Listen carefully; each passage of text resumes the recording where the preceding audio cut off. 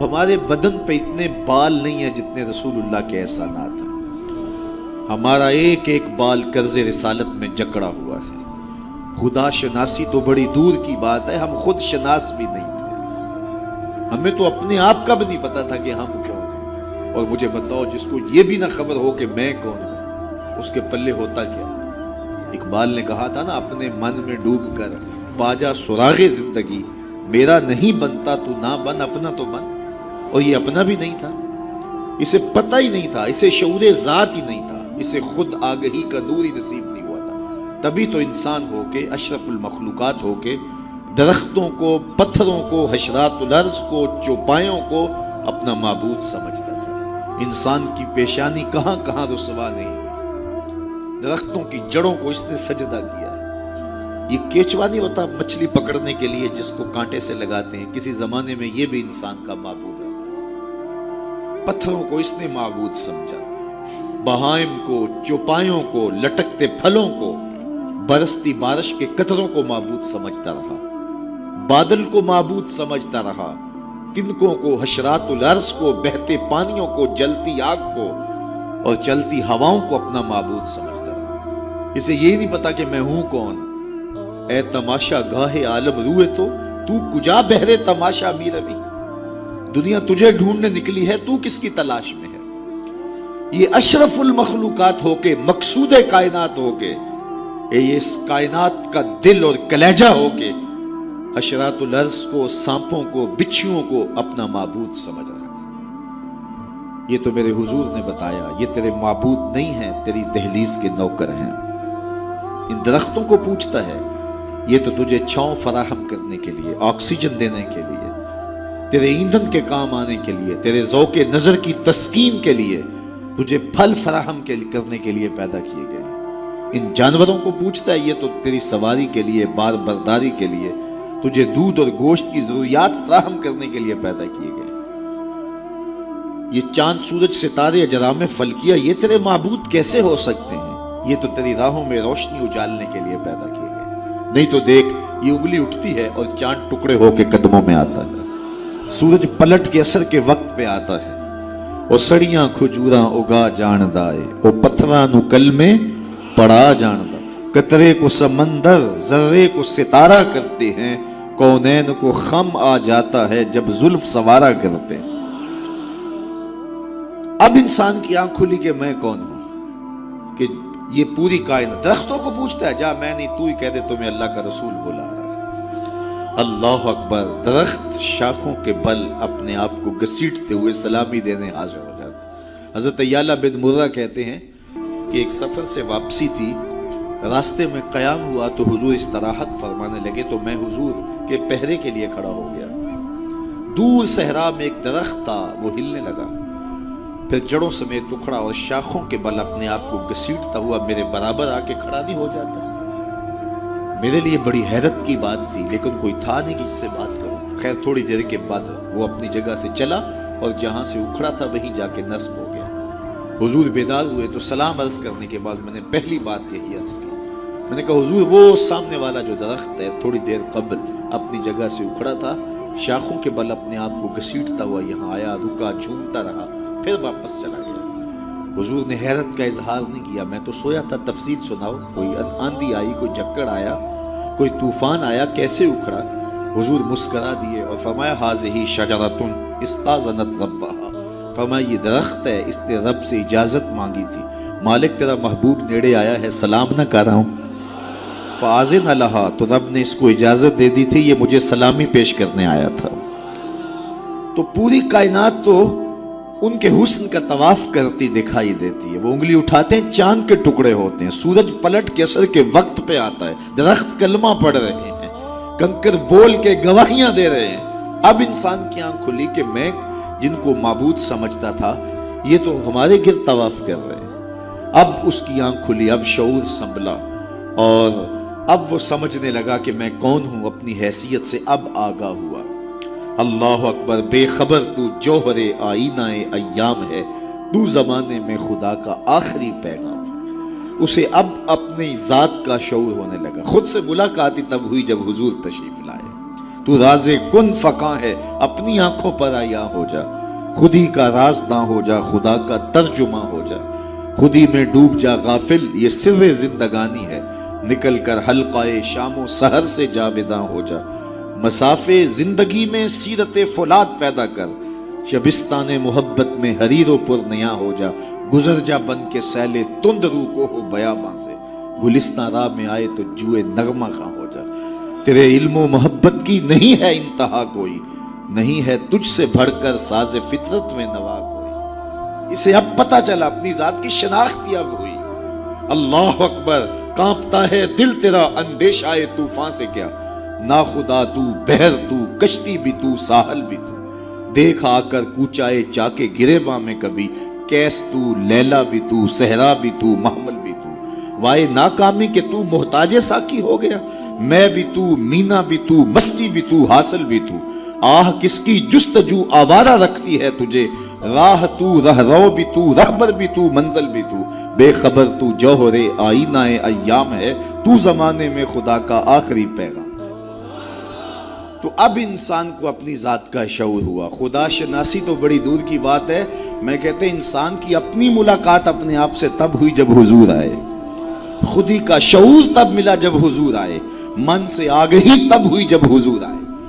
تو اگر وہ تشریف فرما نہ ہوتے، خدا شناسی تو بڑی منزل ہے، انسان خود شناس بھی نہ ہوتا، اپنے ذات سے بھی آگاہ نہ ہوتا، انسان ہو کے انسانوں کے گلے چیر رہا تھا، سکا باپ اپنی بیٹی زندہ درگور کر کے فخر کرتا تھا کہ میں نے اپنی آبرو بچائی، مائیں دنیا کی منڈیوں میں بکتی تھی، باپ کی توقیر کوئی نہیں تھی، اور یہ تو میرے حضور آئے جنہوں نے آ کے بتایا کہ بیٹی عزت کی جگہ پر ہے۔ آپ نے یہ حدیث بارہا سنی ہوگی، علماء کرام سے بارہا سنی ہوگی، لیکن ذرا اس کو اس پہلو میں دیکھو، جب بیٹیوں کو زندہ درگور کر کے باپ فخر کر رہا تھا، اس زمانے میں میرے حضور نے کہا میری بیٹی میرے جگر کا ٹکڑا ہے۔ یہ صرف کلمہ تحسین ہی نہیں ہے، یہ کلمہ جہاد ہے، اس دور میں جب بیٹیوں کو زندہ درگور کر کے باپ فخر کر رہا تھا۔ آج تو ہر شخص اپنی بیٹی کو قرار جان سمجھتا ہے، بیٹی کو آنکھوں کا نور سمجھتا ہے، نور نظر سمجھتا ہے، بیٹی کے جہیز کے لیے باپ اپنی ساری زندگی لگا دیتا ہے، پردیس کاٹ دیتا ہے، جوان بھائی فیکٹری میں اوور ٹائم لگاتا ہے میں بہن کے ہاتھ پہ لے کر۔ تو آج اگر بیٹی کے بارے میں کوئی محبت بھرے جملے کہے جائیں تو بڑی بات نہیں ہے، جب باپ زندہ درگور کر کے فخر کرتا تھا، معاشرے سے اسے داد ملتی تھی کہ تو نے بیٹی کو زندہ درگور کیا ہے، اس زمانے میں میرے حضور نے کہا کہ میری بیٹی میرے جگر کا ٹکڑا۔ اللہ اکبر، کیسی تبدیلی آئی۔ ایک موقع آیا، فرمایا کہ جو دو بیٹیاں یا دو بہنیں ان کی اچھی تربیت کرے اور ان کو پروان چڑھائے اور ان کی اللہ کی رضا کے لیے شادی کر دے تو قیامت کے دن وہ میرے ساتھ اس طرح قریب ہوگا جس طرح یہ دو انگلیاں قریب ہیں۔ تو مجلس میں موجود ایک صاحب اٹھے، کہا حضور اگر کسی کی دو بیٹیاں نہ ہوں تو ذرا اس کے پیچھے جھانکنے کی کوشش کیجئے، کہاں بیٹیاں زندہ درگور ہوتی تھیں اور کہاں ایک بیٹی والا سوچ رہا ہے کاش کہ میری بھی دو بیٹیاں ہوتی اور میں یہ احساس پاتا۔ تو یہ معاشرے کو ایک رنگ دیا، معاشرے کو ایک آہنگ دیا، خدا شناسی بھی دی، خود شناسی بھی دی، انسانی حقوق جو پامال ہو رہے تھے ان کو بحال بھی کیا۔ انسان اپنی عزت برباد کر رہا تھا، اجرام فلکی اور مظاہر فطرت کے سامنے ان کے چرنوں میں جھک کر کے اس کو اس کی خودی کا سبق دیا کہ تو کون ہے اور کہاں کھڑا ہے۔ ایک شخص ایمان لانے کے بعد حضور کی خدمت میں حاضر ہوا، عرض کرتا ہے جاہلیت کے زمانے کی دو باتیں ہیں، ایک یاد آتی ہے تو ہنسی نہیں رکتی اور ایک بات یاد آتی ہے تو آنسو نہیں تھمتے۔ کہا وہ کون سی دو باتیں ہیں؟ کہا وہ بات جو یاد آئے تو ہنسی نہیں رکتی وہ یہ ہے کہ میں ایک لمبے سفر پہ گامزن تھا، میں نے سفری معبود پتھر کا بنا ہوا ایک بت بھی اپنے سامان میں باندھ لیا کہ راستے میں پوجا پاٹ بھی چلتی رہے، لیکن جب سامان اٹھایا تو سامان بہت بوجھل تھا۔ میں نے سوچا کہ یہ تو میں اپنے ہی معبود کے بوجھ تلے دب کے رہ جاؤں گا، تو میں نے اس کو نکال دیا اور آٹا یا ستو گوندھ کر کے میں نے ایک چھوٹا سا معبود تیار کیا اور اس کو دھوپ میں رکھ کے خشک بھی کر لیا کہ مزید ہلکا پھلکا، اور اس کو اپنے سامان میں اپنے ساتھ رکھ لیا۔ پوجا پاٹ بھی چلتی رہی. خیر جو میرا اندازہ سفر تھا توشہ سفر بھی میں نے اس کے مطابق لیا تھا، لیکن سفر کوئی 2-4 دن اوپر چلا گیا، توشہ سفر ختم ہو گیا. ایک آدھ دن تو میں نے بھوک کاٹی، لیکن جب انتڑیوں میں بل پڑنے لگے اور مجھ سے گوارا نہ ہوا تو میں نے تھیلے سے اپنے اس معبود کو نکالا جو آٹے کا بنا ہوا تھا، اس کو پتھر پہ رکھ کے کوٹا، پھر اس میں پانی ڈالا، پھر اس کو گوندا، پھر روٹی پکائی اور پھر کہا میرے معبود اب کام نہیں آئے گا تو کب آئے گا؟ اب تو میری انتڑیوں میں بل پڑ رہے ہیں. مجھے جاہلیت کے زمانے کی وہ یاد آتی ہے تو مجھے اس بت کی بے بسی پہ ہنسی آتی ہے. کیسا بے بس معبود تھا جو اپنے پجاری کو اتنا بھی گزارش نہیں کر سکتا تھا مجھے پوجنے والے میرے پہ اتنا تو ترس کھا، اب مجھے دانتوں تلے چبا کے تاریخ میدے میں پھینکے گا، پھر گندگی کے ڈھیر پہ ڈال آئے گا. آخر میں تیرا معبود رہا ہوں، میرے پر یہ قیامت تو نہ توڑ.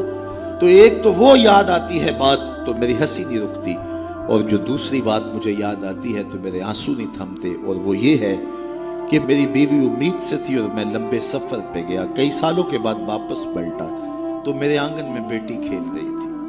میری بیوی نے اس ڈر سے کہ کہیں بیٹی کو دیکھ کر کے زندہ درگور نہ کر دے، اس کے توتلے لہجے میں میرے لیے محبت ڈال دی تھی، اور وہ مجھے یا آباتا ہو کہہ کے مخاطبہ کرتی ہے اور میری ٹانگوں سے چمٹ جاتی ہے. میں صفاق تھا اندر سے اور مجھے بڑا غصہ آیا. میں نے اپنی بیوی کو گھورا کہ ایک تو نے سانپ کو جنم دیا ہے اور دوسرا نخرے کرتی، اس کو باتیں سکھائی ہیں اور موقع کی طاق میں رہا. لیکن اس بیٹی کے سینے میں میرے لیے اس کی ماں نے اتنا پیار ڈال دیا تھا. بیٹیاں تو ویسے بھی باپ سے ٹوٹ کے پیار کرتی ہیں، بیٹیوں کی محبت تو مثالی ہوتی ہے. پھر ماں نے محنت کی تھی کہ اس کا باپ کوئی انتہائی قدم نہ اٹھائے، تو اس کے لیے اس کے باپ کے لیے بے پناہ محبتیں ڈال دی تھی. کہتے ایک دن میں نے موقع پایا اور اس بیٹی کو اٹھایا اور صحرا میں لے گیا. میرا خیال یہ تھا اس سے آج جان چھڑا لوں، اور گڑھا کھودنے لگا. کڑکتی دھوپ تھی، میرے بدن پہ پسینہ نمودار ہوتا تھا. وہ آگے بڑھتی اور اپنے دوپٹے سے میرے ماتھے کا پسینہ پوچھتی، لیکن میرا دل پھر بھی نرم نہ ہوا. خیر جب میں نے گڑھا کھود لیا تو باہر نکلا تو میری بیٹی نے سکھ کا سانس لیا کہ میرے باپ کی مشقت ختم ہوئی. لیکن وہ نہیں جانتی تھی کہ اگلی مشقت کس کی شروع ہونے والی ہے. میں باہر نکلا، اس کو زور سے اس گڑھے میں دھکا دے کے اوپر سے مٹی انڈھیلنے لگا. وہ ننھے ننھے ہاتھ جوڑتی رہی، چیختی رہی اور مجھ سے گزارشیں کرتی رہی کہ یہ کیا کر رہے ہو. لیکن میں اوپر مٹی انڈھیلتا رہا اور اس کی چیخیں اس ریت تلے دب گئی. آج جب اسلام لایا ہوں تو اس کی چیخیں مجھے سونے نہیں دیتی. عرب کے ریگزاروں میں دبی ہوئی معصوم بچیوں کے سسکتے آنسو اور اس کی روتی آنکھیں کس کو پکار رہی تھی. بیواؤں کی چیخیں فریاد کر کر کے کس کی منتظر تھیں. یتیم کس کو ڈھونڈ رہے تھے، کس کے منتظر تھے.